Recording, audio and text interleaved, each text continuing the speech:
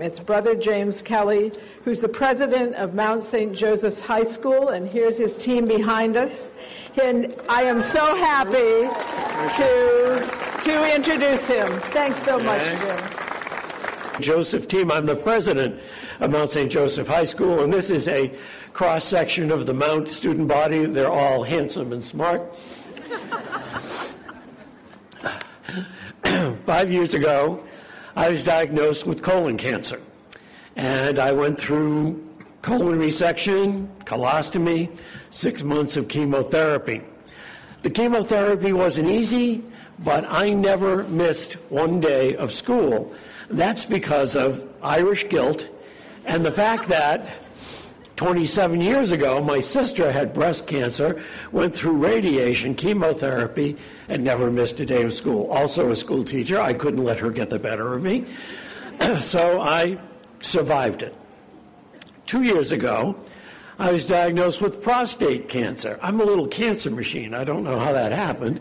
I was diagnosed with prostate, but I didn't get the slow-growing kind. Within 3 months, it was in my liver and my rib cage. It was hormone resistant, and so back onto chemotherapy. This time, really chemotherapy. I was on Taxotere, and it was kicking the living daylights out of me, but I thought I could will my way through it. So the day after I had an infusion was the first day of school, and I didn't want to miss it. So I go to greet the incoming freshman class and the other boys coming back to school. The next thing I knew, the business manager and a member of the board were carrying me to the nurse's office. I had fainted.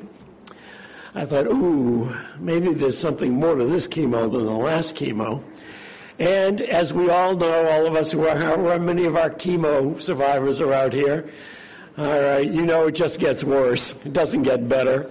And as I was going through it, I had a meeting with my primary care doctor about something totally different.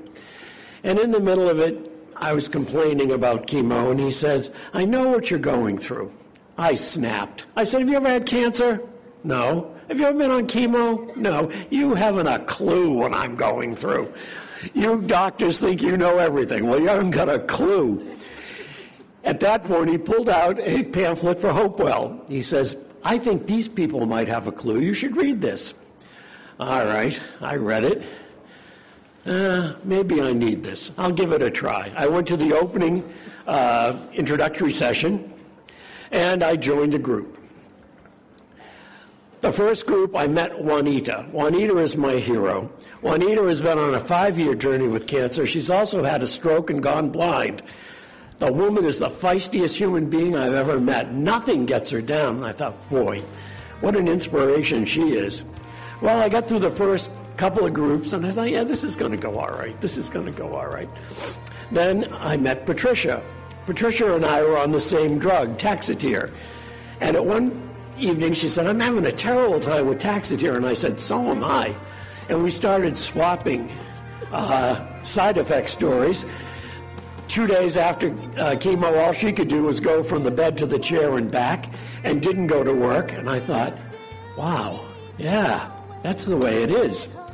That night, as I was driving home, I had this incredible feeling of relief because I realized that, one, what I was going through was real, that I couldn't will my way out of it, and that I could endure it because there were other people who were enduring it.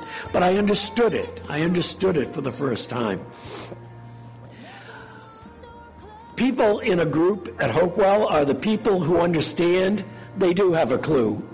They understand the anxiety you go through when you're waiting for scan results. They understand the panic that you go through when you have a twinge somewhere that you haven't had a twinge before, and you've wondered if the cancer has gone there. They're the people who understand the embarrassment when you have a colostomy failure. Nobody else understands that.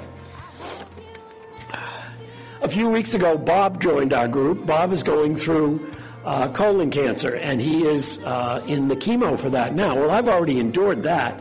So I'm a good resource for him. He asks me questions. I'll say, yeah, that happens. Yeah, that's going to happen. How's your neuropathy? He goes, it's driving me nuts. I said, how about the cold? He says, it's driving me nuts. I said, yeah, I got to tell you, though, it's going to get worse, but hang on, you can get through it. In our group, there are 2 prostates, 2 colon, 1 uterine, 1 leukemia, and a couple of breast cancers. We're a nifty little group of cancer survivors. Okay. We're not, however, you think a group of people getting together to talk about cancer, that's going to be grim. We do a lot more laughing than we do crying because we can kid about cancer. Those of you who haven't had it, you can't kid about it. Last Christmas, I had a friend, 2 degrees from Harvard, but no common sense, gave me a calendar of people showing off their colorectal cancer scars. I said to him, do you think I find this humorous?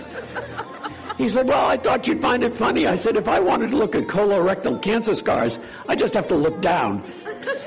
And I know what it cost me. But in a group, you can kid, because we've been through it. There's nothing that has happened to anyone that hasn't happened to everyone. And we laugh a lot.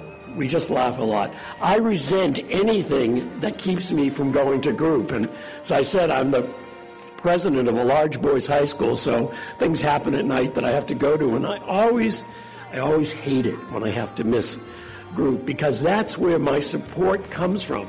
The people who really do have a clue.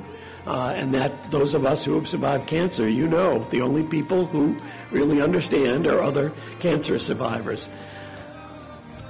That's what HopeWell has done for me, and I know for the people in my group. That's what you're supporting when you're supporting HopeWell. They take care of not only those of us who are going through cancer, but our families and our friends. They provide some just incredible support. So thank you all for coming out today.